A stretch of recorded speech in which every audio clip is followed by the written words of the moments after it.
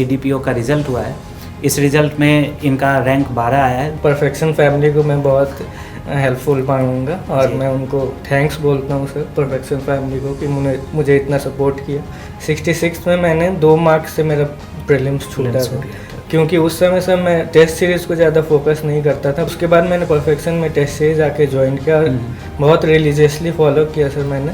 आपको भी प्रिपरेशन एक इंटीग्रेटेड वे में करना चाहिए, प्रीलिम्स कम मेंस प्रिपरेशन करना चाहिए, और जब प्रीलिम्स का एग्ज़ाम नज़दीक आ जाए तो आप टोटली फोकस्ड हो जाएं प्रीलिम्स के प्रिपरेशन पे। शिवम, आप अपने मेंस की स्ट्रेटजी को बताएं, क्योंकि मेंस इस बार काफ़ी डिफरेंट रहा है। हेलो एवरीवन, परफेक्शन एज में आप सभी का स्वागत है।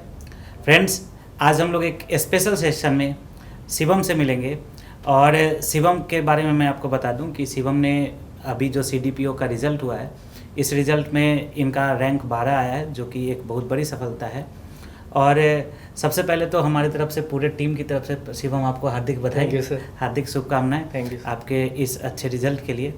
और तो कुछ बातें करते हैं शिवम से, और आप लोगों के समक्ष जो इन्होंने जो स्ट्रैटेजी फॉलो की है, जैसे इन्होंने पढ़ा है, किस कंटेंट के ऊपर, किस मेथड से इन्होंने पढ़ा है, इन सभी के बारे में हम लोग आज डिस्कस करेंगे, ठीक है। तो सबसे पहले शिवम, आप मुझे बताएं कि आपने सिविल सर्विसेज के बारे में कैसे सोचा, कैसे इसको चुना? जी सर मैं जब ग्रेजुएशन कर रहा था NIT सिक्किम से, मेरा BTech है। ओके। तो उस समय जब 3rd या फाइनल ईयर में मैं था, तो उस समय सर मुझे करने का इंटरेस्ट जगा। मैंने देखा मेरे सीनियर्स भी कर रहे थे। उसके बाद सर मैंने 2-3 महीने मैंने जॉब किया रॉबर्ट बॉश में। अच्छा। फिर मैं छोड़ के आ गया। फिर सर तब से मैं प्रिपरेशन कर रहा हूँ। प्रिपरेशन कर रहे हूँ। सबसे पहले मैं बात आप लोग को बता दूं कि शिवम, आप कौन से बैच से जुड़े हुए थे? हमारे किस बैच के स्टूडेंट रहे हैं? सर मैं E13 batch. PI E13 batch के स्टूडेंट हैं शिवम। तो आप मुझे शिवम कुछ और बातें बताएं। सबसे पहले तो कि किन लोगों को आप सबसे ज़्यादा योगदान देना चाहेंगे अपनी इस सफलता के अंतर्गत? सबसे पहले तो मुझे ये बताएं, ठीक है ना? सर फर्स्ट ऑफ ऑल तो सर परफेक्शन फैमिली को मैं बहुत हेल्पफुल मानूंगा और मैं उनको थैंक्स बोलता हूँ सर परफेक्शन फैमिली को कि मुझे इतना सपोर्ट किया।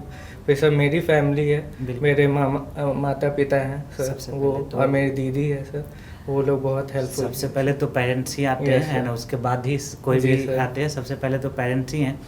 बिल्कुल निश्चित रूप से हमारे पेरेंट्स का योगदान हमारी सफलता में काफ़ी अधिक होता है। शिवम, मुझे आप प्रीलिम्स की कुछ स्ट्रैटेजी के बारे में बताएं, क्योंकि कंटिन्यूसली आप प्रीलिम्स लिख रहे हैं। प्रीलिम्स पास किया आपने, 68th का भी प्रीलिम्स आपने क्लियर किया है, 67th भी प्रीलिम्स क्लियर किया है, मेंस अभी रिजल्ट अवेटेड है।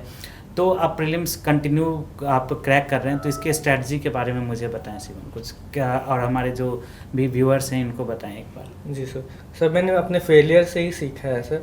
66 में मैंने 2 मार्क्स से मेरा प्रीलिम्स छूटा था, क्योंकि उस समय सर मैं टेस्ट सीरीज़ को ज़्यादा फोकस नहीं करता था, बस पढ़ता था। जी, तो सर टेस्ट सीरीज़, उसके बाद मैंने परफेक्शन में टेस्ट सीरीज़ आके ज्वाइन किया और बहुत रिलीजियसली फॉलो किया सर मैंने। उसके बाद सर उसी को रिवाइज भी किया टेस्ट सीरीज़ को। और BPSC generally sir factual questions ज़्यादा पूछते थे पहले, तो उसको मैंने ज़्यादा से ज़्यादा सर अब खुद को इनरिच किया फैक्ट के साथ।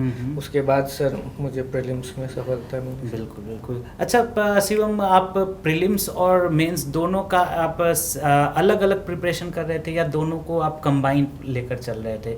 क्योंकि मैं कई बार स्टूडेंट्स मेरे से पूछते हैं और मैं बताता भी हूँ कि एक कंबाइंड रूप से कैसे प्रिपरेशन करना चाहिए। तो मैं आपकी स्ट्रैटेजी जानना चाह रहा हूँ कि आप दोनों को अलग अलग प्रिपेयर कर रहे थे या कंबाइन आप प्रिपरेशन कर रहे थे? जी सर मैं तो शुरू से कंबाइन प्रिपरेशन पे ही फोकस था सर। जैसे पॉलिटी हो गया, तो पॉलिटी के जो भी आर्टिकल्स मैंने हैं तो याद कर लिए। उसके बाद उसको आंसर राइटिंग में कैसे सर उसको उसमें इंक्लूड कर सकते हैं, वैसे सर।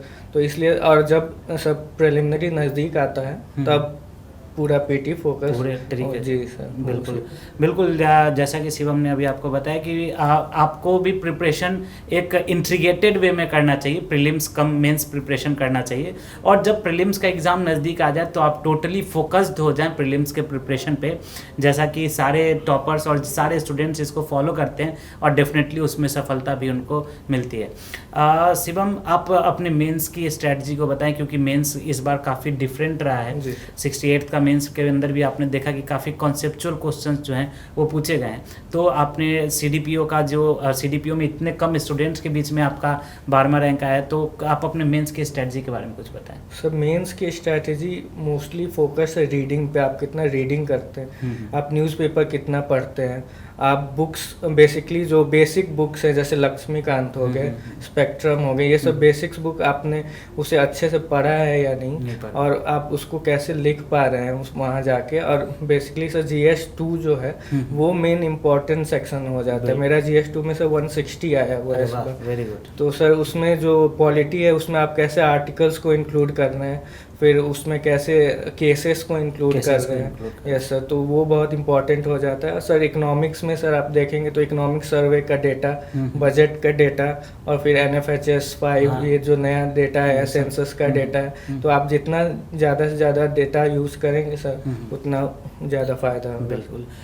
तो जैसा कि शिवम ने अभी आप लोग को बताया कि आपको जब मेंस का प्रिपरेशन कर रहे हैं तो मेंस के प्रिपरेशन के लिए सबसे पहले तो आपको उस सब्जेक्ट का एक बेसिक अंडरस्टैंडिंग होना चाहिए और फिर उसके बाद उसका इनरिचमेंट जो है वो काफ़ी इम्पॉर्टेंट होता है।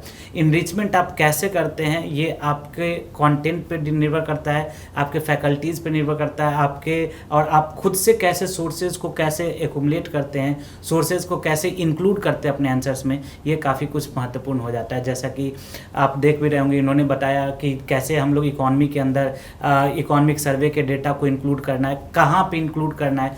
तो इन सारी चीज़ों का अगर हम लोग फोकस रखें, इन सारी चीज़ों को अगर हम लोग ध्यान दें तो निश्चित रूप से सफलता हम सभी को मिलेगी।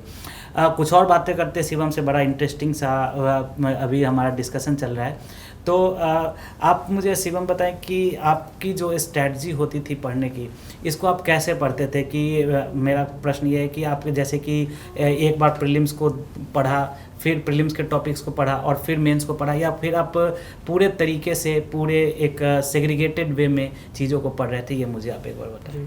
सर मैंने कभी अलग से नहीं पढ़ा। मैं पीटी के लिए जब भी मैंने पढ़ा तो लास्ट में जब पीटी पास आता था तब पीटी के लिए स्पेशली पढ़ता था। नहीं तो सर इंटीग्रेटेड पढ़ता था दोनों के लिए, पीटी और मेंस के लिए। सर जैसे सब्जेक्ट्स हो गए तो पहले देख लिया क्या क्या डेटा इंपॉर्टेंट है जो पीटी में आ सकता है, क्या आर्टिकल्स इंपॉर्टेंट है, केसेस, और उसके बाद सर उसको मेंस के आंसर राइटिंग में कैसे क्वेश्चंस आ सकते हैं मेंस को, और उस प्रीवियस ईयर्स के हिसाब से, और फिर सर उसको मैंने पढ़ा। 3 चैलेंजेस मुझे थोड़ा बताएं कि as a aspirant, as a student क्या क्या चैलेंजेस आते हैं? क्यों कई बार मोटिवेशन कम हो जाता है, कई बार लगता है कि क्या होगा नहीं होगा। मैं इसलिए आज सभी लोगों के सामने उपस्थित हूँ शिवम के साथ कि आप देखें कि आपके ही बैचेस के स्टूडेंट जो आपके साथ ही पढ़ रहे थे, उसके बाद इनका कंटिन्यूसली पढ़ने से इनका सिलेक्शन हुआ। तो आप भी अगर लगातार पढ़ेंगे तो डेफिनेटली आपका सिलेक्शन होगा। मैं कई बार रिवीजन की बातें करता हूँ, तो आज मैं शिवम से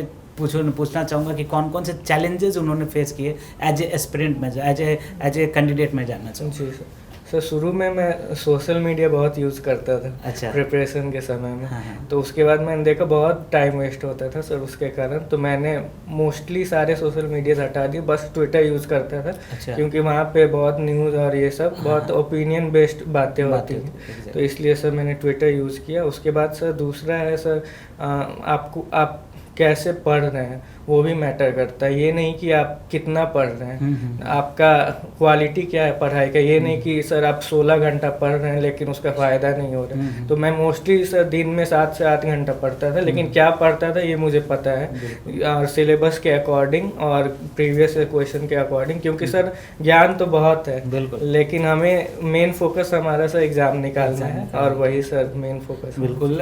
देखिए स्ट्रैटेजी काफ़ी इंपॉर्टेंट हो जाती है, जैसा कि इन्होंने बताया कि आप कैसे पढ़ रहे हैं ये बहुत इम्पॉर्टेंट है।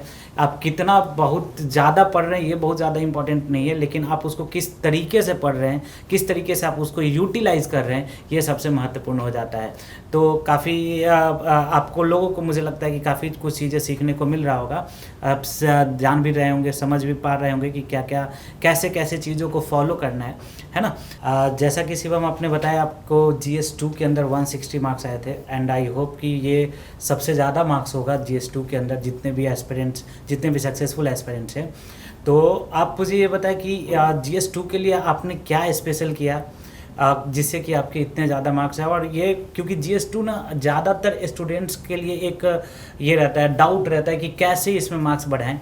तो क्या आपने किया, हमारा जो एक इनिशिएटिव आपने सुना होगा मेंस एनालाइजर मैगजीन, उससे आपको कितना सपोर्ट मिला, इन सब के बारे में हमारे व्यूअर्स को प्लीज़ बताएं। Sir mains analyser magazine basically sir मैंने बहुत यूज़ किया उसको प्रिपरेशन के दौरान, क्योंकि उसमें अलग अलग टॉपिक वाइज जैसे इकोनॉमी, पॉलिटी, उससे रिलेटेड और करंट से रिलेटेड जो भी आर्टिकल्स हैं सर और डेटा है वो सब उसमें इंक्लूडेड है। हाँ। तो आप उसको आंसर राइटिंग में ज़रूर यूज़ कर सकते हैं जहां आप जाएं सर उसको। बिल्कुल बिल्कुल बिल्कुल। आप जैसा कि इन्होंने बताया कि मेंस एनालाइजर मैगजीन, देखो GS2 अगर आप थोड़ा सा ज़्यादा फोकस करोगे तो, क्योंकि वहाँ पर मार्क्स सबके कम होते हैं, अगर थोड़ा सा ज़्यादा आप उस पर फोकस करोगे तो डेफिनेटली आप सारे एस्पिरेंट से 30-40 नंबर का एक्स्ट्रा एज मिल जाएगा।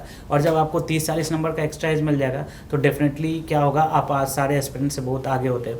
और उसके लिए आप जो एनालाइजर मैगजीन है, जो कि फ्री ऑफ कॉस्ट अवेलेबल होता है हमारे वेबसाइट पर, वहाँ से भी आप डाउनलोड कर सकते हैं। हमारे सारे स्टूडेंट्स को हम लोग अवेलेबल कराते हैं। तो आप उसके अंदर हम लोग उसके जैसे कि कोई एक टॉपिक है तो उस टॉपिक का एक ओवरऑल एनालिसिस करते हैं, उसके बेसिक पॉइंट्स को, इंट्रोडक्शन को, उसके अंदर क्या क्या करेंट इम्प्रूवमेंट हुआ है, करेंट क्या क्या उसके अंदर टॉपिक्स चल रहे हैं, इन सभी को इंक्लूड करते हुए हम लोग उसको कंप्लीट करते हैं। तो डेफिनेटली आप लोगों को भी हेल्प करेगा। जैसा कि शिवम ने बताया, कुछ और बातें करते हैं। शिवम, आप मुझे बताएं कि रिवीजन का क्या इम्पोर्टेंस रहा है, आपके क्या क्या इम्पोर्टेंस होता है, आप मुझे इसके बारे में बताएं, है ना।